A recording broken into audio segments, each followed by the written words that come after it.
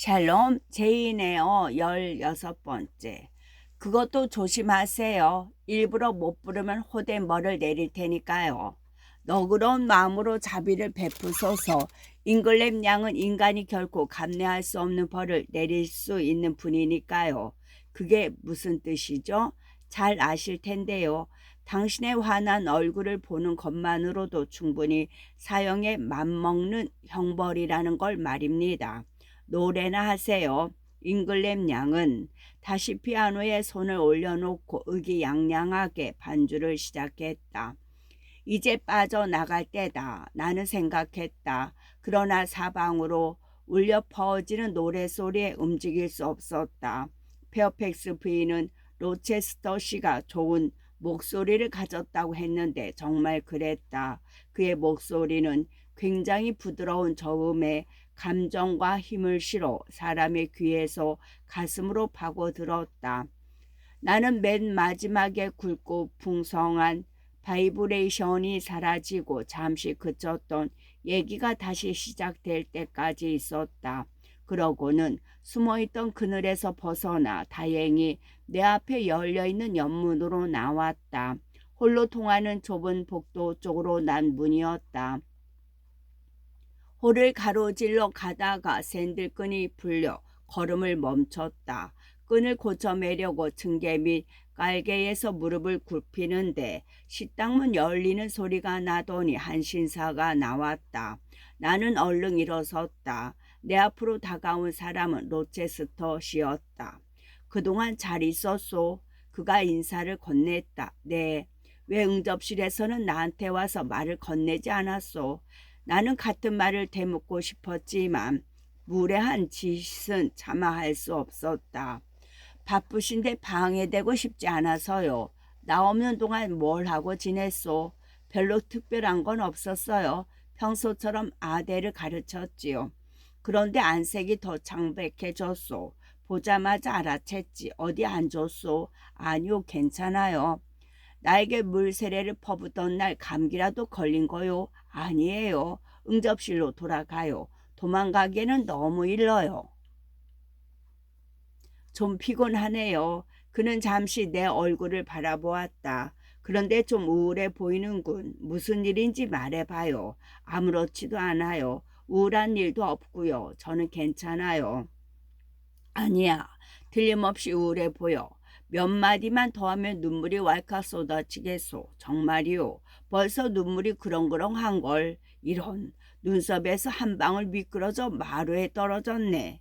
내가 좀 여유가 있고 여기를 왔다 갔다 하는 하인들이 볼 염려만 없다면 그 일을 들어봤을 텐데 오늘은 그냥 가겠소. 하지만 손님들이 머무는 동안 매일 밤 응접실에 오는 걸로 알고 있겠소. 이건 내 부탁이요. 그렇게 해줘요. 자, 이제 가봐요. 그리고 소피한테 아델을 데려가라고 해요. 잘 자요.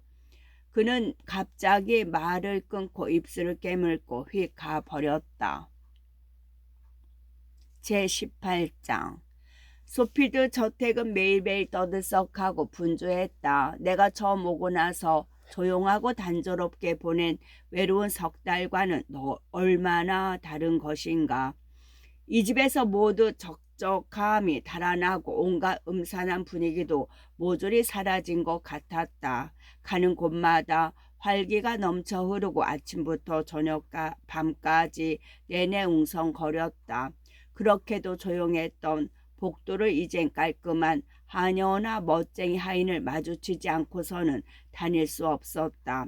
사람이라고는 지나다니지 않던 안채의 방도 마찬가지였다.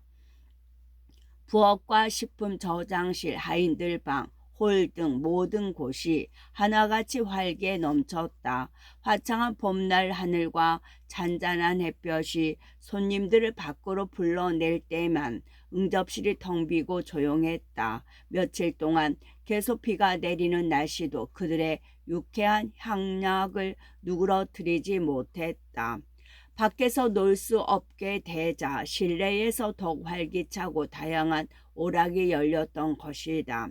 좀 색다른 놀이를 하자는 제안이 나온 날 밤 나는 그들이 무엇을 할지 궁금했다. 그들은 제스처 게임에 대해 얘기하고 있었으나 문외한인 나는 그게 뭔지 알 수 없었다.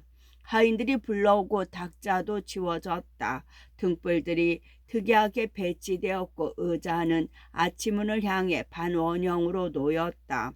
로체스터 씨와 다른 신사들이 물건들의 위치를 바꾸도록 지시하는 동안 귀부인들은 종을 울려 하녀를 부르는 등 층계를 오르내렸다.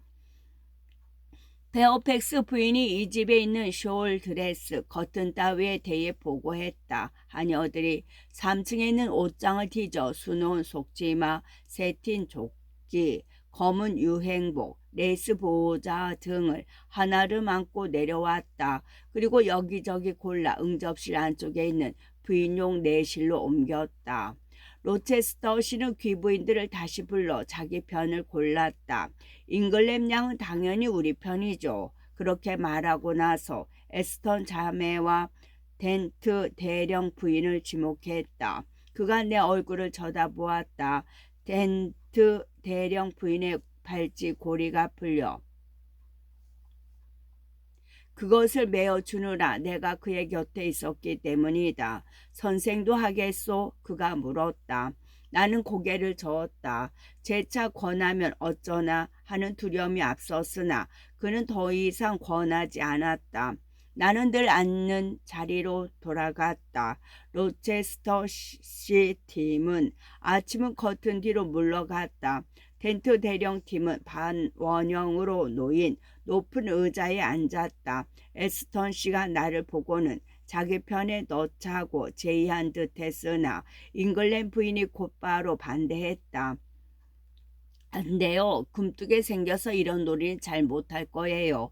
그녀의 목소리가 내 귀에까지 들렸다. 곧 종이 울리고 커튼이 올라갔다. 아침은 안쪽에 로체스터 시 팀의 조지 링경의 큰 몸집이 흰 이불에 둘러싸여 있었다. 그의 앞 탁자에는 두꺼운 책 한 권이 펼쳐져 있었고 그 옆에 에이미 에스턴이 로체스터 씨의 외투를 입고 한 손에 책을 들고 서 있었다. 누군가 뒤에 몸을 감추고 달랑달랑 재미나게 종을 울렸다. 딸랑딸랑 재미나게 종을 울렸다. 그러자 아델이 그 애는 자기의 보호자 편이 되겠다고 고집을 부렸다. 아델이 들고 있던 꽃바구니에서 꽃을 사방에 흩뿌리면서 사뿐사뿐 걸어 나왔다. 이어서 하얀 옷을 입고 머리에 긴 베일을 쓰고 이마에는 장미 화환을 두른 엄숙한 모양의 잉글램 양이 등장했다. 그녀와 로체스터 씨가 나란히 걸어와 함께 탁자 앞에서 무릎을 꿇었다. 역시 흰 옷차림의 덴트 대령 부인과 루이자 에스턴이 두 사람 뒤에 섰다. 조용한 가운데 무언극이 시작되었다. 결혼식이라는 걸 금방 알 수 있었다. 그게 끝나자 덴트 대령팀 사람들은 1분 동안 수근수근 의견을 주고받더니 덴트 대령이 크게 외쳤다. 신부! 로체스터 씨는 절을 했고 커튼이 내려졌다. 다시 커튼이 걷히기까지 한참이 걸렸다. 두 번째는 아까보다 좀 더 세밀한 장면이었다. 이미 말했듯이 응접실은 식당보다 층계 2단 정도 높았는데 응접실 안쪽으로 2야드 약 180cm 가량 들어가 있는 계단 맨 위에 대리석 물그릇이 놓여 있었다. 나는 이것이 온실의 장식품이라는 걸 알았다. 그것은 언제나 열대 식물 사이에 있었고 그 속에 금붕어가 들어 있었다. 그리고 크고 무거운 것을 온실에서 여기까지 들고 오자면 힘께나 들었을 것이다. 이 물그릇 옆 카페 위에 앉아있는 사람은 숄을 몸에 감고 머리에 터번을 쓴 노체스터 씨였다. 검은 눈, 가무잡잡한 살결, 회교도 같은 외모가 그 차림에 딱 어울렸다. 그야말로 마호메드의 후손처럼 보였고 교수대의 밧줄을 다루는 사람 아니면 교수형을 당하는 사람 같았다. 이어서 잉글램 양이 나타났다. 그녀 역시 독양 복식 차림이었다. 붉은 스카프를 허리에 두르고 손수건을 관자 노리에 메고 있었다. 아름다운 팔을 드러내고 팔 하나는 얌전하게 머리에 인 물동이를 받치고 있는 듯했다. 그 몸매와 피부새, 그녀의 전체적인 분위기가 족장 정치 때의 이스라엘 왕녀 같았다. 그리고 틀림없이 이것이 그녀가 연출하려는 배역이었다. 잉글램 양은 물그릇 앞으로 가서 허리를 굽혀 물동이에 물을 채우고 다시 그것을 머리에 이는 연기를 했다. 이때 우물가에 있던 남자가 그녀에게 말을 걸어 무언가 정했다. 그녀는 급히 물동이를 내려놓고 그에게 물을 주었다. 그러자 남자는 품에서 상자를 꺼내 열고 호화스러운 팔찌와 귀걸이를 그녀에게 보여주었다. 그녀는 놀라며 감탄했다. 남자는 무릎을 꿇고 그녀의 발밑에 그 보물을 놓았다. 그녀는 이루 말할 수 없이 기쁜 표정과 몸짓을 연기했다. 남자는 그녀의 팔에 팔찌를 채우고 귀걸이를 달아주었다. 그것은 창세기 24장에 나오는 엘리자와 리브가였다. 단지 낙타가 없을 뿐이었다. 알아맞혀야 하는 쪽에 사람들이 모여 의논했다. 그러나 그 장면이 나타낸 단어나 말에 대해 의견 일치를 보지 못했다. 텐트 대령이 전체의 장면을 보여달라고 요청하자 커튼이 내려졌다. 세 번째, 막이 올랐을 때는 응접시 일부밖에 보이지 않았다. 나머지 공간은 검고 거친 천을 들이운 병풍으로 가려놓았다. 대리석 물그릇은 사라지고 그 대신 널판지 탁자 하나와 부엌에서 쓰는 의자 하나만 놓여 있었다. 방 안의 촛불이 모두 꺼지고 희미한 모든 불빛만 있었다. 이 볼품없는 장면 속에서 한 사나이가 움켜쥔 두 주먹을 무릎에 얹고 시선은 아래로 떨어뜨리고 앉아 있었다.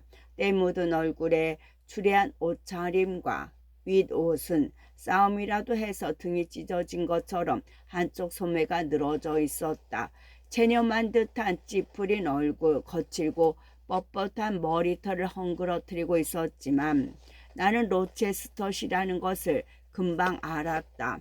그가 몸을 움직이자 쇠사슬 소리가 절렁거렸다. 손목에 수갑을 차고 있었다. 브라이드웰 가모, 텐트 대령이 외쳤고 답을 알아맞혔다. 출연자들이 원래 옷으로 갈아입느라 한참 뒤에 모두 식당으로 돌아왔다. 로체스터 씨는 잉글램 양과 함께 들어왔다. 그녀는 로체스터 씨의 연기를 입에 침이 마르도록 칭찬했다. 세 가지 중에 마지막 장면이 제일 좋았어요. 아, 당신이 조금만 더 일찍 태어났다면 멋쟁이 신사 도적이 되셨을 텐데. 내 얼굴에 묻은 숯검정이 깨끗이 지워졌나요? 로체스터 씨가 그녀 쪽으로 고개를 돌리며 물었다. 네, 깨끗해요. 하지만 좀 아쉽네요. 악역 분장이 더할 나위 없이 잘 어울렸는데. 당신은 도적을 좋아한다는 말인가요? 이탈리아 산적 다음으로 영국 도적을 좋아하죠. 가장 좋아하는 건 지중해 해적이고요. 그래요. 내가 어떤 사람이든 간에 당신은 지금 내 아내라는 사실을 아셔야 합니다. 이미 1시간 전에 우리는 여기 계시는 증인들 앞에서 결혼했으니까요. 그녀는 킥킥대며 얼굴을 붉혔다. 자, 덴트, 이제 당신들 차례요. 로체스터 씨가 말했다. 텐트 대령팀이 나가자 로체스터 팀 사람들이 의자에 앉았다. 잉글램 양은 자기 편 대표 오른쪽에 앉았고 나머지는 그와 그녀의 양쪽에 나눠 앉았다. 나는 무대 출연자들한테는 관심이 없었다. 막이 오르기를 기다리지도 않았다. 내 관심은 온통 관객석에 쏠렸다. 지금까지만 해도 아침은 앞쪽만 바라보던 내 눈이 반원형으로 놓인 의자에 고정되는 것을 어찌할 수 없었다. 텐트 대령팀이 어떤 수수께끼를 골라서 어떻게 연기했는지 나는 전혀 기억나지 않는다. 그러나 각 장면이 끝나고 상의하는 장면은 아직도 눈에 선하다. 로체스터 씨가 잉글램 양을 돌아보자 그녀도 그를 마주 보았다. 그녀의 까만 곱슬머리가 로체스터 씨의 어깨에 닿아 그의 뺨에 스칠 만큼 파투 붙어 있었다. 나는 두 사람이 소곤거리고 눈을 마주치는 모습을 보았다. 그리고 그 광경을 보는 순간 내 마음이 어땠는지 지금도 기억이 생생하다. 독자 여러분, 나는 로체스터 씨를 사랑하고 있다고 말했다. 이제 그가 나에게 관심을 두지 않는다 해도 내가 그 앞에서 이렇게 몇 시간이나 있는데도 나한테 눈길 한번 주지 않는다고 해도 또 로체스터 씨가 오직 한 여자에게 관심을 쏟는다고 해도 나는 그를 사랑하지 않을 수 없다. 그녀는 내 옆을 지나가다 자기 옷자락이라도 스칠세라 흠칫했고 어쩌다 그 검고 교만으로 가득한 눈으로 나를 볼라치며 마치 바라볼 가치도 없는 것을 보고 말았다는 듯 고개를 획 돌려버렸다. 머지않아 이 아가씨와 그가 결혼하게 되더라도 그의 마음을 사로잡은 것에 대해 매 순간 그녀가 자신만만하고 당당한 태도를 취한다고 해도 그가 늘 구애하는 모습을 눈앞에서 본다 해도 그에 대한 내 마음을 돌이킬 수 없다. 상대가 구애하기를 바라는 당돌하고 교만한 태도의 매력을 느끼고 끌리는 것이다. 제 아무리 큰 절망을 안겨주는 상황에 놓이더라도 사랑의 감정을 식히거나 없애버릴 수 없다. 독자 여러분은 내가 질투심에 사로잡힐 만한 일들이 너무 많다고 생각할지 모른다. 나 같은 여자가 감히 잉글램 양과 같은 여자를 질투할 수 있다면 말이다. 그러나 나는 질투심에 사로잡히지 않았다. 설령 질투했다 하더라도 극히 드물었다. 나의 슬픔은 그런 것이 아니었다. 잉글램 양은 질투할 만한 여자가 아니었다. 그럴 만큼 대단한 여자가 아니었다. 얼핏 모순되게 들릴지 모르지만 용서하시라. 나는 진지하게 하는 말이다. 그녀의 겉모습은 굉장히 아름답지만 내면은 그렇지 못했다.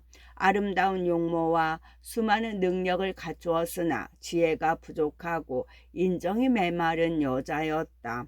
그 토양에서 자연적으로 피는 꽃 하나 없었고 싱싱한 맛으로 사람을 기쁘게 하는 그런 자연의 열매 또한 없었다. 그녀는 선하지 않았고 창의적이지도 않았다. 언제나 책에서 보고 들은 거창한 말만 되풀이할 뿐 자기 생각을 표현하지도 못했고 그런 생각을 갖고 있지도 않았다.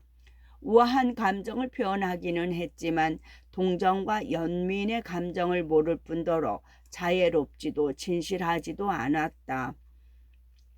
그녀는 어린 아델에 대한 적대심을 노골적으로 너무 자주 드러냈다. 어쩌다 아델이 그녀에게 다가가면 그때마다 아주 퉁명스러운 말로 아델을 때밀었다. 때로는 방을 나가라고 위협하기도 했고 냉정하고 가혹하게 대했다. 나 말고 또 한 사람도 날카로운 시선으로 그녀의 본 모습을 빠짐없이 예리하게 지켜보았다. 그랬다. 로체스터 씨는 미래의 아내에게 한시도 관찰의 눈을 떼지 않았다. 그것은 그의 영민함과 조심성에서 비롯된 것이었다. 그는 사랑하는 사람의 모든 것을 명확하게 파악하고 있었다. 그리고 그녀를 열렬히 사랑하는 것은 아니었다. 그것이 나를 슬프게 했다. 로체스터 씨는 잉글램 양의 신분과 집안을 보고 정략 결혼을 하려고 하는 것이었다. 나는 그가 그녀를 사랑하지 않는다는 것과 그녀는 그의 사랑을 받기에 부족한 사람이라는 걸 알았다. 이것이 문제였다. 이런 점 때문에 신경 쓰이고 괴로웠다. 내 정열이 식지 않고 더욱 타오르는 까닭인 것이다. 그녀는 그의 마음을 사로잡을 수 없었다. 잉글램 양이 당장의 승리를 거두고 로체스터 씨가 그녀의 발밑에 자신의 온 마음을 던졌다면 나는 두 손으로 얼굴을 감싸고 벽을 향해 돌아서서 죽은 듯이 서 있었을 것이다. 비유하자면 잉글랜드 양의 정신력이 강하고 정열적이며 부드러운 마음을 가진 아량이 넓고도 고상한 여자였다면 나는 질투와 절망이라는 두 마리 호랑이의 대항에 미친 듯이 싸웠을 것이다. 그리고 조용히 물러나 평생 마음과 온몸이 갈기갈기 찢어지는 고통을 느끼면서 우월한 그녀에게 찬사를 보낼 것이다. 그녀의 우월함이 절대적일수록 나는 더욱 깊이 담복했을 것이다. 그만큼 내 마음은 더욱 평온하게 가라앉았을 것이다. 그러나 실제로는 전혀 달랐다. 나는 노체스터시의 마음을 얻으려는 잉글랜드 양의 노력이 계속 실패로 돌아가는 것을 보았다. 그녀의 교만과 자만심은 자신이 사로잡고자 하는 상대를 점점 더 멀리 쫓아버리고 말았다. 그러나 그녀는 그 사실을 전혀 깨닫지 못하고 화살이 가슴을 맞췄다고 착각하고 의기양양했던 것이다. 이런 모습을 보면서 나는 끊임없이 흥분되는 마음을 모질게 억눌러야 했다. 왜냐하면 잉글랜드 양의 실패를 보면서 나는 어떻게 하면 성공할 수 있는지 알 수 있었기 때문이다. 로체스터시의 가슴을 비껴가 상처 하나 내지 않고 그의 발밑에 떨어지는 화살은 좀 더 훌륭한 궁수가 쏘았다면 자존심으로 똘똘 뭉친 그의 가슴에 날카롭게 파고들었을지도 모른다. 그 사나운 눈동자에 사랑의 불꽃을 일으키고 그 냉소적인 얼굴을 부드럽게 만들었을지 모른다. 아니 그보다도 화살 같은 건 쓰지 않고 말없이 승리할 수도 있었을 것이다. 나는 생각했다. 그처럼 노체스터시 가까이 있는 특권을 누리면서도 왜 좀 더 그의 마음을 움직이지 못하는 걸까? 잉글랜드 양은 로체스터시를 진심으로 좋아할 수 없는 듯했다. 진정으로 사랑한다면 아무 때나 미소 짓거나 끊임없이 은근한 눈길을 보내지 않아도 되고 애써 행동을 꾸미거나 가진 애교 따위 떨 필요도 없다. 그냥 조용히 그 옆에 앉아서 말없이 눈을 내리뜨고 있어도 충분히 그의 마음에 다가갈 수 있다. 잉글랜드 양과 얘기를 나누고 있는 지금 그의 표정은 딱딱하기만 했다. 그러나 나는 그의 얼굴에서 전혀 다른 표정을 본 적이 있다. 그것은 자연스럽게 떠오른 표정이었다. 창부 같은 교태나 의도적인 행동으로 유도한 그런 표정이 아니었다. 상대가 있는 그대로 받아들이면 되는 것이다. 그의 물음에 진솔하게 대답하고 자연스럽게 꼭 필요한 말만 건네는 것으로 족하다. 그러면 그의 얼굴은 점점 부드러워지고 점점 더 온화해지며 만물을 감싸 안는 햇살처럼 상대의 마음을 편안하게 해준다. 그와 결혼하면 잉글랜드 양은 어떻게 그를 기쁘게 해줄까? 내 생각에 그녀는 결코 그럴 수 없을 것 같았다. 못할 일도 아닌데 말이다. 아무튼 그의 아내가 되는 여자는 이 세상에서 가장 행복한 여자일 것이다. 이에 타산과 집안의 연고로 결혼하는 노체스터시의 계획에 대해 나는 아직 한마디도 비난하지 않았다. 나는 그가 그런 결혼을 하리라는 것을 처음 알았을 때 몹시 충격을 받았다. 나는 그가 그런 세속적인 동기에 좌우되어 신부감을 부를 사람이 아니라고 생각했다. 그러나 당사자들의 지위나 교육, 주변 환경 등을 생각하면 어릴 때부터 로체스터시와 잉글랜드 양의 몸에 밴 관습이나 신념에 따라 행동하는 것에 대해 그들 두 사람을 비판하거나 비난하는 건 옳지 못하다는 것을 알고 있다. 그들이 속한 계급은 전부 그런 원칙에 따라 행동한다. 즉 내가 도저히 이해할 수 없는 나름의 정당한 이유가 있을 것이다. 그러나 내가 노체스터시라면 진심으로 사랑하는 사람을 아내로 맞아들일 것이다. 행복한 가정을 꾸리려면 나처럼 해야 하는데도 일반적으로 그러지 않은 것을 보면 내가 전혀 알 수 없는 이유가 있는 것이다. 그렇지 않다면 세상 모든 사람들이 나처럼 배우자를 고를 것이다. 그러나 다른 점에 대해서도 나는 로체스터 씨에 대해 상당히 너그러운 마음을 품었다. 이전에는 예민하게 주의했던 그의 단점들을 모두 잊어버렸다. 이전에는 그의 성격을 완전히 파악하려고 했다. 단점과 강점을 비교해 저울질한 다음 객관적으로 평가하려고 했다. 그러나 이제 내 눈에 그의 결점이 보이지 않았다. 그 전에 나를 불쾌하게 만든 빈정거리는 말투나 나를 놀랍게 했던 냉혹한 태도도 맛있는 요리에 들어가는 산뜻한 양념이었다. 그것이 있으면 매콤하고 없으면 아주 싱거웠으리라. 그리고 딱 꼬집어 말할 수 없는 막연한 그 표정도 다르게 느껴졌다. 그것은 악의 혹은 슬픔, 음흉함 혹은 절망이라고도 볼 수 있는 것이었다. 늘 그에게 관심을 기울이고 있는 사람은 때때로 느낄 수 있는 웬만큼 나타났다가도 미처 헤아릴 새도 없이 금세 사라지는, 마치 화산을 헤맬 때 갑자기 대지가 흔들리고 땅이 갈라지는 것처럼 나를 두렵게 하고 몸을 움츠리게 하는 표정이었다. 나는 이제 그 막연한 표정을 볼 때면 무서운 것이 아니라 가슴이 두근거렸다. 나는 피하지 않고 명확하게 가리라는 듯이 과감하게 쳐다보았다. 잉글램 양은 참 행복한 사람이라고 나는 생각했다. 왜냐하면 언젠가 그녀는 여유 있게 그의 마음 깊은 곳을 들여다보고 그의 얼굴에 떠오른 알 수 없는 표정이 어떤 것인지 알아내고 본 마음을 분석할 수 있을 테니 말이다. 내가 주인과 미래의 신부 생각에 골몰하는 동안 다른 손님들은 각자 나름대로 흥미와 오락에 열중했다. 나는 그들만을 바라보고 두 사람이 주고받는 이야기에만 귀를 기울이고 그들의 거동만 신경 썼다. 린경 부인과 잉글랜 부인은 엄숙한 표정으로 계속 얘기하고 있었다. 두 사람은 한 쌍의 커다란 인형처럼 대화의 주제가 바뀜에 따라 터번을 쓴 머리를 끄덕이기도 하고 놀라거나 이상하다거나 그리고 끔찍하다는 표정을 지으면서 두 손을 저들기도 했다. 온순한 덴트 대령 부인은 선한 애시턴 부인과 이야기를 나누었다. 이들은 이따금 내게 말을 걸기도 하고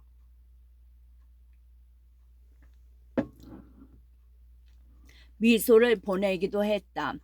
조지 린경과 덴트 대령 에스턴 씨 등은 정치와 지방의 정세, 재판 등에 관해 토론했다. 잉글램 경은 에이미 에스턴과 어울렸다. 루이자는 피아노를 치며 형제 중 한 사람과 노래를 불렀다. 메리 잉글램은 린 형제 중 나머지 한 사람이 그녀의 기분을 맞춰주려고 주저리 늘어놓는 얘기를 지루한 표정으로 듣고 있었다. 가끔 그들 모두 마치 약속이나 한 것처럼 하던 일을 멈추고 주인공을 보며 귀를 기울였다. 이곳의 주인공은 단연 로체스터 씨와 그 곁에 있는 잉글램 양이었다. 로체스터 씨가 한 시간만 보이지 않아도 분위기가 축 처졌다. 그러다 그가 다시 나타나면 금세 그들의 대화가 활기를 띠었다. 로체스터 씨가 집을 비웠을 때 그가 사람들에게 얼마나 활력을 불어넣는지 10분 실감할 수 있었다. 밀코트에 일이 생겨 그가 밤늦게까지 오지 않았던 날은 특히 더했다. 그날은 손님들이 얼마 전 헤이마을 건너편 공유지에 점막을 설치한 집시 캠프를 구경하러 가기로 했다. 그러나 오후에 비가 내려 가지 못했다. 남자 몇 사람은 말을 구경하러 마구간으로 갔고 젊은 사람들은 아가씨들과 당구를 쳤다. 잉글랜 부인과 링병 부인은 조용히 카드 놀이를 하며 시간을 때웠다. 블렌치 잉글랜은 텐트 부인과 에스턴 부인이 계속 말을 건네는데도 도도하고 대꾸조차 하지 않고 피아노 앞에 앉아 감성적인 곡과 노래를 나지막하게 불렀다. 그러고는 서재에서 소설책 한 권을 들고 오더니 거만한 태도로 소파에 기대 앉았다. 로체스터 씨가 올 때까지 책이나 읽으면서 시간을 때우려는 듯했다. 방 안과 온 집안이 조용했다. 다만 2층에서 당구 치는 사람들이 왁자하게 넣어드는 소리가 가끔 들려올 뿐이었다. 어둠이 깔리기 시작했다. 벌써 만찬을 위해 옷을 갈아입을 시간이었다. 그때 나와 함께 응접실 창 및 의자에 앉아있던 아델이 외쳤다. 로체스터 아저씨다. 나는 뒤돌아보았고 소파에 앉아있던 잉글랜 양은 한달음에 달려왔다. 다른 사람들도 하던 일을 멈추고 얼굴을 들었다. 자갈을 밟는 바퀴 소리와 빗물이 괜 바닥을 걷어차는 말발굽 소리가 들렸다. 역막차 소리였다. 아니 왜 저렇게 오시지? 메스 루어를 타고 가지 않았나요? 파일럿도 갔지요? 말이랑 걔는 어떻게 하셨나? 잉글랜 양이 말했다. 그녀가 이렇게 말하며 커다란 의상을 걸친 키 큰 몸집을 창가에 바싹 붙이는 바람에 나는 척추가 부러질 정도로 몸을 뒤로 젖혀야 했다. 처음에는 정신이 없어서 나인 줄 모르다가 나중에 알아채고는 입을 비축하며 다른 창가로 옮겨갔다. 역마차가 멈췄다. 마부가 종을 울렸다. 키가 크고 여행복을 멋지게 차려입은 신상 하나가 마차에서 내렸다. 로체스터 씨가 아니라 처음 보는 사람이었다.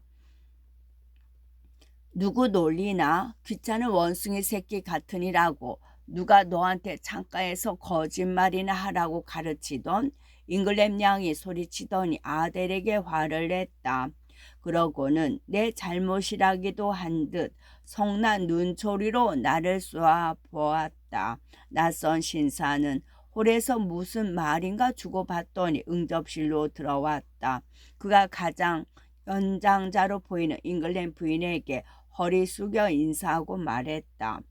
제가 나를 잘못 선택한 것 같습니다, 부인. 마침 노체스터 군이 없을 때 오다니 말입니다. 오랜 여행에서 돌아온 길이니 오랜 친구 로체스터 군이 돌아올 때까지 여기 머물렀으면 합니다만. 그는 공손했다. 억양이 특이했는데 외국 억양인지는 모르겠으나 순수 영국 억양은 아니었다. 나이는 로체스 씨 또래인 30에서 40살 사이로 보였다. 평색 어린 낯빛만 빼면 말쑥한 신사였다. 특히 첫인상이 그랬다. 그러나 자세히 살펴보면 뭔가 거슬리는 이를테면 호감이 느껴지지 않는 인상이었다. 이목구비는 반듯했지만 야무진 맛이 없었다. 눈은 크고 잘생겼으나 밝고 생기는 눈빛이 아니었다. 내가 보기에는 그랬다. 옷 갈아입을 시간을 알리는 종소리를 듣고 사람들이 제각기 흩어졌다. 나는 만찬이 끝난 뒤에야 그 남자를 다시 보았다. 그는 긴장을 풀고 있는 것 같았다. 그러나 나는 그의 생김새가 더욱 보기 싫었다. 흐리멍텅하면서도 차분하지 못했다. 아무 이유 없이 연신 두리번거리는 눈빛 때문에 지금까지 본 적이 없는 기묘한 인상을 풍겼다. 잘생긴 데다 살가운 면도 있었으나 왠지 기분 나쁜 인상이었다. 달걀형의 깔끔한 얼굴은 맥없이 보였고 매부리 코와 버찌처럼 작은 입술은 다무진 맛이 없었다. 자기 철학이 없어 보이는 좁고 편편한 이마, 절제력이 결핍되어 보이는 멍한 갈색 눈동자. 나는 늘 앉는 구석 자리에 앉아 벽난로 위에서 환하게 빛나는 촛불에 비친 그를 보며 노체스터 씨와 비교해 보았다. 그는 벽난로 앞으로 바짝 갖다 놓은 높은 발걸이 의자에 앉아 추운지 몸을 잔뜩 웅크리고 점점 더 불가히 다가갔다. 존경심을 갖고 말하는 것이기는 하지만 두 사람의 차이는 멋진 수거 위와 매서운 독수리, 온순한 양과 날카로운 눈을 지닌 개와 같았다. 그 신사는 노체스터 씨를 자신의 오랜 친구라고 했다. 그들은 틀림없이 기묘한 친구 사이일 것이다. 실로 양극단은 일치한다는 옛말에 딱 들어맞는 사례일 것이다. 신사 두 서너시 그와 가까이 앉아 있었고 그들이 주고받는 이야기가 내 귀에까지 간간히 들렸다. 처음에는 알아듣지 못했다. 가까이 있던 루이자 에스턴과 메리 잉글램의 말소리가 간간히 들려오는 남자들의 대화에 섞여 들었기 때문이다. 그녀들은 낯선 인물에 대해 이야기했다. 그녀들은 그 신사를 미남이라고 했다. 루이자는 사랑스러운 분이라고 칭찬했다. 메리는 작고 예쁜 입과 멋진 코를 들면서 자신이 매력적이라고 생각하는 이상형이라고 했다. 게다가 부드러운 성품을 나타내는 이마 좀 봐. 참으로 매끄럽지 않아? 내가 제일 싫어하는 주름 하나 없어. 그리고 조용한 눈빛과 미소는 어떻고? 루이자가 말했다. 그때 맞은편에 있던 헨리 린시가 연기되었던 헤이마을 소풍에 대해 이야기할 것이 있다고 여자들을 불러서 나는 잘됐다 싶었다. 이제야 비로소 나는 난로가에 모인 사람들 얘기에 집중할 수 있었다. 그는 곧 낯선 신사가 메이슨 씨라는 것을 알게 되었다. 그는 영국에 도착해 바로 온 것이었고 열대 지방에서 왔다고 했다. 낯빛이 안 좋고 집안에서 외투도 벗지 않고 난로가에 바짝 붙어 있는 것도 바로 그 때문이었다. 자마이카니 킹스턴이니 스페니시 타운이니 하는 것으로 보아 그가 서인도 제도에 산다는 것을 알 수 있었다. 그리고 나는 이 신사가 노체스터 씨와 거기서 처음 만나 사귀었단 말을 듣고 상당히 놀랐다. 그는 노체스터 씨가 서인도 제도에 지는 듯한 무더위와 허리케인 우기를 싫어한다고 했다. 나는 로체스터 씨가 여행을 많이 다닌다는 것을 페어팩스 부인한테 들어알고 있었다. 그러나 방랑을 하더라도 유럽 내에서만 그런 줄 알았다. 훨씬 더 먼 섬나라까지 갔다는 것은 처음 듣는 얘기였다. 이런 것들에 대해 골똘히 생각하고 있는데 전혀 생각지도 못한 일로 내 명상의 끈이 끊어져 버렸다. 누군가 방문을 열자 덜덜 떨고 있던 메이슨 씨가 난로에 석탄을 더 넣어달라고 말했다. 남은 덩어리들은 약간 빨갛게 타고 있었지만 불길은 사그라지고 있었다. 석탄을 가져온 하인이 방을 나가다가 치안 판사인 에스턴 씨 옆에서 걸음을 멈추고 나지막이 그에게 말했다. 내 귀에는 노파가 아주 성가시게라는 말이 들렸다. 그러자 에스턴 씨가 말했다. 안 나가면 조가를 채워 망신을 주겠다고 해. 그러자 덴트 대령이 끼어들었다. 아니 잠깐만. 쫓아 버리지 말게 에스턴. 재미있을지도 몰라. 부인들한테 물어보자고. 그리고 대령이 큰 소리로 말했다. 숙녀 여러분, 잠시 캠프를 구경하러 헤이 공유지에 가기로 하지 않았습니까? 샘 말로는 지금 하인들 방에 점쟁이 노파가 나타났다고 하네요. 귀하신 분들 점을 쳐주겠다며 나가지 않고 계속 버티고 있답니다. 여러분, 그 노파를 만나보시겠습니까? 대령이 말도 안 돼요. 그런 천한 사기꾼 말을 듣다니요. 당장 쫓아 보내세요. 잉글랜 부인이 외쳤다. 하지만 막무가내에서 저로서는 쫓아 버릴 도리가 없어요. 부인, 다른 하인들도 어쩔 수가 없습니다. 지금 페어팩스 부인이 그 노파한테 가서 제발 돌아가라고 애원하고 계십니다. 애원하고 계십니다만 난로가 의자에 앉아서 여기로 안내할 때까지 꼼짝도 하지 않겠다고 합니다. 하인이 말했다. 그럼 어쩌자는 거야? 에스턴 부인이 물었다. 여러분의 점을 쳐드리겠다고 합니다. 꼭 점쳐야겠다는 거예요. 꼭 점쳐야겠다는 거예요. 어떻게 생긴 노파야? 에스턴 자매가 동시에 나지막이 물었다. 아주 못생긴 노파예요. 새까만 것이 아주 까마귀 같다니까요. 그럼 진짜 마법사 하냐? 불러봐요. 프레더릭 린이 소리쳤다. 그래요. 재밌겠어요. 이런 기회를 놓칠 수 없죠. 그의 형제가 맞장구를 쳤다. 얘들아, 무슨 말도 안 되는 소리야. 그의 어머니 린경 부인이 언성을 높였다. 그런 허무맹랑한 짓은 저도 싫어요. 잉글랜드 부인이 거들었다. 하지만 허락해 주세요. 저도 제 운명을 점쳐보고 싶어요. 샘, 그 노파를 들여보내요.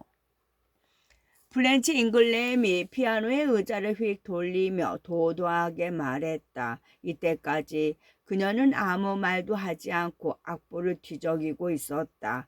플렌치, 그거 말이다. 알아요. 어머니가 어떤 생각으로 그렇게 말씀하시는지. 하지만 한번 해보고 싶어요. 네, 그래요. 한번 불러봐요. 재미있겠어요. 젊은 신사, 숙녀들 모두 한 목소리로 외쳤다. 하인은 여전히 망설이며 말했다. 끔찍하게 못생겼는데 빨리 부르라니까. 잉글램 양이 버럭 소리를 지르자 샘이 얼른 나갔다. 일순간 사람들은 흥분에 휩싸였다. 야유와 농담으로 한바탕 혈전이 오가는데 샘이 돌아왔다. 안 오겠답니다. 노파말이 속물들 앞에 나설 수는 없는 일이라고 하네요. 자기를 다른 방으로 안내하고 점치고 싶은 사람은 한 분씩 오라는데요. 샘이 말했다. 거봐라. 그 노파가 아주 우리를 성가시게 할 참이야. 내 말을 들어요, 아가씨. 그리고 잉글랜드 부인이 블렌치에게 말했다. 그러자 블렌치가 어머니 말을 끊었다. 그래, 서재로 안내해. 나도 속물들이 다 보는 앞에서 내 운명을 점치고 싶지 않아. 나 혼자 들어야겠어. 서재에 난로불 켜놨나? 네, 아가씨. 하지만 아무래도 엄청난 허풍쟁이 노파 같은데요. 됐어, 뭘 안다고. 어서 가서 시키는 대로 해. 샘은 다시 나갔다. 사람들은 또다시 신비스러운 기대에 한껏 부풀었다. 준비됐습니다. 어느 분이 맨 먼저 오실지 알고 싶답니다. 샘이 다시 들어와 말했다. 부인들이 가기 전에 내가 먼저 그 노파를 한번 보는 게 좋을 것 같군. 샘, 내가 간다고 전해줘. 덴트 대령이 말했다. 샘이 나갔다가 다시 돌아왔다. 노파말이 남자들 점은 안 보니 구태여 오실 거 없다고 합니다. 또 결혼하신 부인들도 오실 필요 없다네요. 결혼 안 한 젊은 숙녀만 보겠답니다. 샘은 웃음을 겨우 참으며 말했다. 이것저것 가리는 것도 많군 그래. 헬린인이 소리쳤다. 그때 앵글렘 양이 진지하게 말했다. 내가 먼저 갈게요. 그녀는 부하들보다 앞장서서 성벽을 기어올라 돌파구를 열려는 결사대 대장 같은 기세로 말했다. 오, 귀여운 내 딸아. 사랑하는 내 딸 브렌치, 그만둬라. 다시 생각해보렴.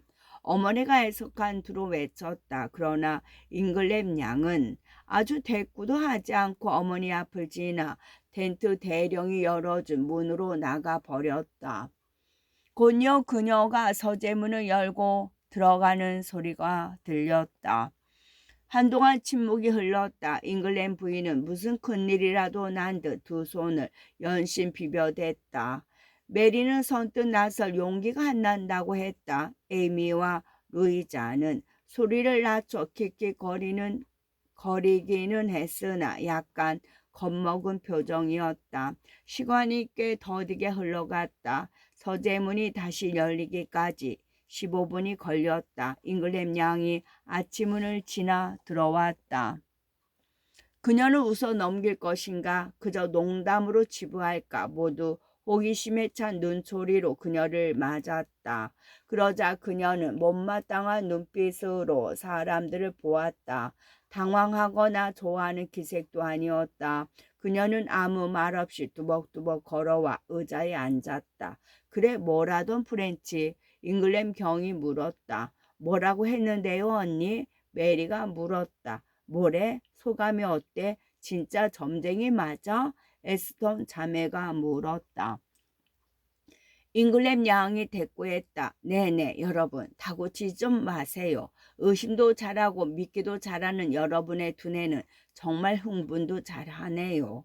어머니까지 일을 심각하게 여기는 걸 보니 아무래도 이 집에 악마와 손잡은 진짜 마녀가 왔다고 생각하시나 봐요. 내가 만난 사람은 그저 떠돌이 집시에 지나지 않아요.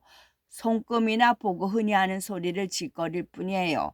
내 호기심을 충족되었어요. 아까 에스턴 씨가 말했듯이 그 노파에게 족가를 채워 망신을 주면 좋겠네요. 잉글램 양은 책을 들고 의자에 앉아 몸을 기댔다. 더 이상 이야기하지 않을 모양이었다. 나는 30분 가까이 잉글램 양을 주시했지만 그녀는 책장을 단 한 페이지도 넘기지 않았다. 그녀의 낯빛은 점점 더 어두워지더니 못마땅하고 실망한 기색을 보였다. 분명 안 좋은 말을 들은 것이었다. 질곡 말 없이 그렇게 앉아있는 것으로 보아 말로는 무시하면서도 속으로는 점쟁이의 말을 지나치게 심각하게 받아들이는 듯했다. 한편 메리와 에이미, 루이자는 혼자서는 못 가겠다고 하면서도 모두 가고 싶어 했다. 그러나 중개자 셈이 협상에 나섰다. 응접실과 서재를 오가느라 셈의 오금에 불이 났을지도 모른다고 생각됐을 만큼 애쓴 결과 마침내 까다로운 점쟁이 노파로부터 세 사람이 같이 와도 좋다는 허락을 받았다. 그들 셋이 들어갔을 때는 잉글램 양이 들어갔을 때처럼 조용하지 않았다. 서재에서 톤이 높은 웃음소리와 가느다란 비명이 들렸다. 20분이 지나자 문이 획 열리는 소리가 나더니 그들이 반쯤 정신이 나간 듯 뛰어들어왔다. 세 사람은 한꺼번에 소리쳤다. 저 점쟁이는 보통 사람이 아니야. 다 알아맞혔어. 우리에 대해 전부 다 알고 있어. 헐떡거리며 들어온 그녀들은 남들이 얼른 가져다 준 의자에 덜썩 주저앉았다. 자세히 말해보라고 다구치자 그녀들은 노파가 아주 어렸을 때 했던 말이며 있었던 일까지 알아맞히고 그녀들 집 서재의 책과 장식품이며 친척들한테 선물 받은 기념품까지 줄줄이 읊었다고 했다. 그리고 그 노파는 그녀들의 마음속까지 점치고 각자의 귀에다 대고 그녀들이 이 세상에서 가장 좋아하는 사람의 이름을 말해주고 가장 열망하는 소원을 알아맞히기도 했다는 것이었다. 그러자 신사들은 좋아하는 사람과 소원이 무엇인지 말해보라고 계속 도촉했지만 여자들은 얼굴을 붉히고 소리를 지르며 몸을 떨기도 하며 그저 킥킥거릴 뿐이었다. 한편 나이든 부인들은 자신들이 당신들이 어르고 달래며 가지 말라고 했는데도 기어이 가더니 이렇게 됐다며 걱정했다. 그런데 나이 많은 신사들은 껄껄 웃어댔고 젊은 남자들도 한껏 들뜬 아가씨들 마음을 가라앉혀 주어야 한다고 말했다. 이렇게 수선스러운 광경에 넋을 빼고 있을 때 바로 옆에서 기침 소리가 나게 돌아보니 샘이 서 있었다. 실례합니다 선생님. 집시 노파 말이 결혼하지 않은 젊은 숙녀 하나가 아직 오지 않았다고 하네요. 젊은 여자분들 점을 다치기 전까지는 돌아가지 않겠다고 고집을 부린답니다. 선생님을 두고 하는 말인 것 같은데 뭐라고 전할까요? 그럼 가죠. 나는 대답했다. 궁금증을 풀 기회가 저절로 찾아와서 기뻤다. 나는 거기 있는 사람들 모두 방금 돌아와 벌벌 떨고 있는 새 아가씨를 둘러싸고 있는 사이 아무도 모르게 방을 나와 가만히 문을 닫았다. 제가 홀에서 기다릴까요? 노파가 무섭게 굴거든 당장에 부르십시오. 바로 달려갈 테니 샘이 말했다. 아니 샘 부엌에 가 있어요. 나는 괜찮아요. 나는 전혀 무섭지 않았다. 오히려 흥미로웠고 흥분되었다. 제 19장